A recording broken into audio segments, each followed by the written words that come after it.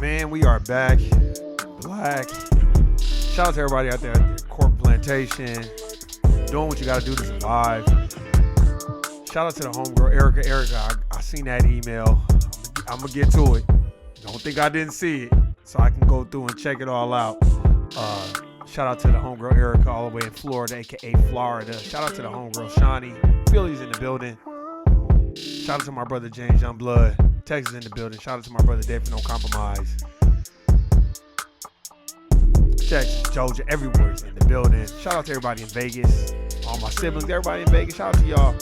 FBA culture is everything. Let's get it.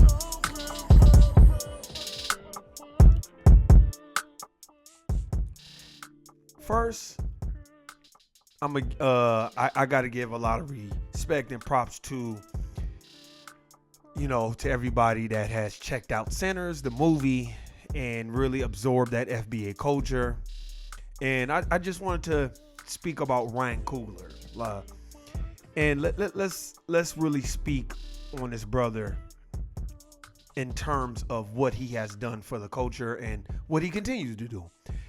Now, me personally, I love Black Panther 1. I thought it was great. I really thought at the time it would be a great segue for Africans to link up with foundational Black Americans. And I think for a while we was kind of all on that page. But then I think we kind of had to realize that, hey, everybody don't view us the same way we view them. So we had to kind of delineate. And in Black Panther 2, I wasn't really thrilled about it. I didn't particularly like a lot of what I saw in the movie. And the only reason why I didn't like it is because it had Black folk as, just kind of like bowing down. But I get it. Everybody's different.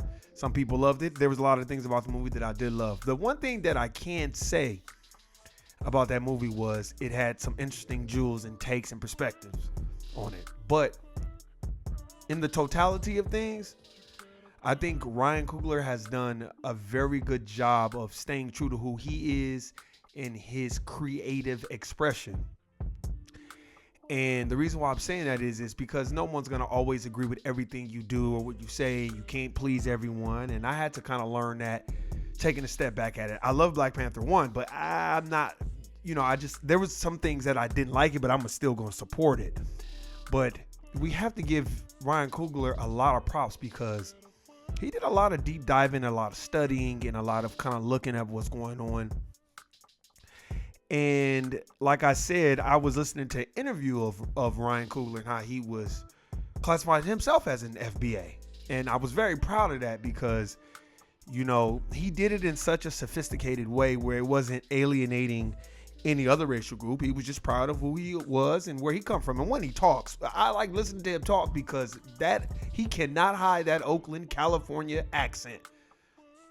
He can't hide his R's. He can't hide none of that. And I love it because it just makes you see how rooted and grounded he is in him, in who he is. You know what I'm saying? And it is not for us to, in my personal opinion, dissect everything he does, but it's up to us to really, really take a look at it. And the reason why you know why I'm doing it today, because I went to go see the Thunderbolts. That movie was awful. Took my damn money. Marvel, y'all need to hang it up and y'all need to destroy and rebuild. Talk about the new Avengers. That movie was awful. The acting wasn't that good. It was too long. And I'm like, see, that's the thing. See, Marvel and a lot of these big time studios, in my personal perspective, they stingy. They're thieves. They don't want to share the stage with anyone. If you're around people and they don't want to share the stage with you, get away from them. and just go do your own thing. And I'm proud of Ryan Coogler for kind of doing that. Not saying he had any issues with Disney, anything like that, because I don't believe Ryan Coogler did. I just believe that they need to have like a Ryan Reynolds do Marvel, since he's been so successful with Deadpool. They need to have old boy in Venom and Ryan Reynolds and Wesley Snipes and Ryan Coogler and all them. They need to get together, and y'all need to start putting the power in these young gentlemen's hands. And you notice I didn't just say a foundational Black American. I said a dominant society. Ryan Reynolds.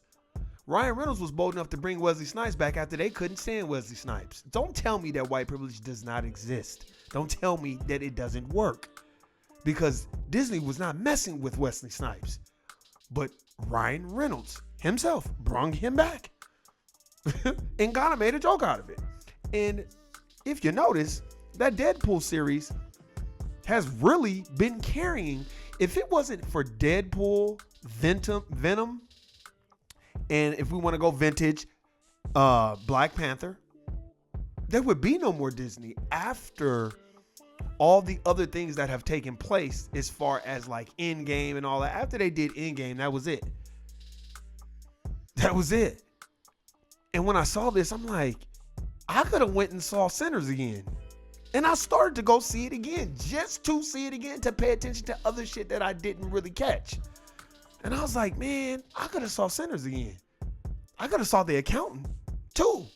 I'm up here watching this that Thunderbolt. That shit was awful. The graphics was not that great. The person that was supposedly the bad guy, he looked like Vision with a perm. Or a Lord Jesus perm. They had a whole, you know what they had? They had another Cesare Borgia again. I just was like, y'all not gonna get it. It's not working. So that's why I have to give a lot of props and respect to Ryan Coogler, because he did something outside of the norm, and he was able to put a lot of foundational Black American culture into that movie. I loved at the end of that movie, for y'all that ain't seen it, I'm pretty sure you've seen it right now, that they had a real foundational Black American in there. Buddy Guy, Shauna from DTP's father. People don't know that. A lot of people don't know that that's Shauna's dad. Getting Shauna from DTP, that's her father. Her real blood father, Buddy Guy. They look just alike. She's just brown skinned. But, you know, there was even a clip of her with Buddy Guy, the famous, illustrious jazz musician. Buddy Guy, and he was singing, and I just love to see that. It warms my heart to see that. And for him to incorporate Buddy Guy in that and have a whole premise behind it, he did a great job. And what I found interesting is other racial groups, and particularly the Latino community, is upset that he didn't incorporate any Latinos. Now, first of all, if we know history, first of all, that's in the South. That's deep South. That's probably one of the hubs of the KKK, Mississippi. So you think it's going to be a whole bunch of Hispanics there in Mississippi during Jim Crow, during the KKK, the height of the KKK. So we just going to put them there? Oh, we put the Asians there. The Delta, Mississippi, yes, there were Asians that lived there. They weren't as prominent, but yes, they were there. And what I took from that whole movie was, look at who invited them in. It wasn't no foundational Black Americans. Look at who invited them in, because they didn't care about what we had going on. So you need to take a look at that too. And I don't want to do too much, because me, David, and James Youngblood, we're going to plan to do a live about it on Instagram and really, really get into it. But I just wanted to give this brother a lot of props and respect. And we got to support. We got to show that we like the movie too. You know, and everybody, you know, some people are like, I don't know what the hype is. Well, a lot of the people, the movie's going to go over their head, because, you know, you're only concentrating on the vampire scenes and stuff like that. But if you really pay attention to it, there's a lot of hidden jewels that you'll go back and see, like the head, the one of the eldest vampire. How he had that gold. That's how old he was. He had gold coins, gold. You know, and how he, oh well, you know, you can just join our party and all this other stuff. Don't that sound like the Democrats? Because we really love y'all. We really gonna help y'all. So we have to give Ryan Coogler a lot of props. I see a lot of things that's going on, but it just really, really, you know, warmed my heart to see how successful this movie is. And David, don't even trip. You know, my brother Dave from No Compromise, you know, he left a message and I got it. I was laughing. I didn't even want to respond back on there. I said, I'll just do it on here because I don't even know if the message will go through. Sometimes I'll be responding over and over again and it'll never go through. Then sometimes it'll go through. David, why you think I'm doing the podcast the way I'm doing it, bro? You know how I move. I'm doing it this way on purpose. That's why I just like to have this conversation with y'all. I'm not really trying to draw too much attention to this page because I feel like they are, in a sense, want to start taking away pages if they feel like they're a threat to whatever plans and work that other people are trying to do. So I don't want to be one of those ones, and I don't want to get the page taken away. So that's why you notice, you know, I ain't really been trying to draw a lot of attention to the actual podcast. I just kind of want to keep it there. Hopefully, you know, as time goes on, they'll lift a lot of the bullshit and we can garner more attention and get more people. Because my goal is honestly to not really have a podcast like that, but to kind of like just do live sessions with David and James Youngblood. That'll be my podcast. That's really what I want to transition into in the future. And just meet up, you know what I'm saying? And we just do a podcast. It could be the David from No Compromise podcast. I kind of want to do that and just kind of transition because I think that would be a dope move. That's kind of what I'm looking forward to doing. But I just think we need to be proud and have a lot of respect for ourselves as foundational Black Americans and give our brother Ryan Coogler and anyone with any creative type of personality, give yourselves props, man. It's a lot. It's a lot that we go through every day. We got to deal with the core plantation. We got to deal with fighting each other at the job. Then we got to deal with other racial groups. So that's why I think we, as a whole, have to give ourselves props and give Ryan Coogler props because he did his damn thing. Despite what everybody thought about him, he's doing his damn thing. So I'm proud of him. I love the movie again. I just wanted to say that because I saw Latinos like, oh, you didn't put us in the movie. You put us in the movie. I just wanted to tell a lot of Latinos, Hispanics, and I got love for y'all, but it is not our duty to put y'all in every film that we make. Y'all need to do y'all history and start coming up with y'all own perspectives and stop wanting to piggyback off of what we're doing. I see a lot of Hispanics and Latinos rapping. Y'all love y'all culture so much. Do something from y'all culture. Don't do nothing from our culture. Do it from y'all culture. I would respect that more. If I saw more Hispanics and Latinos doing mariachi music and stuff, I would respect that more.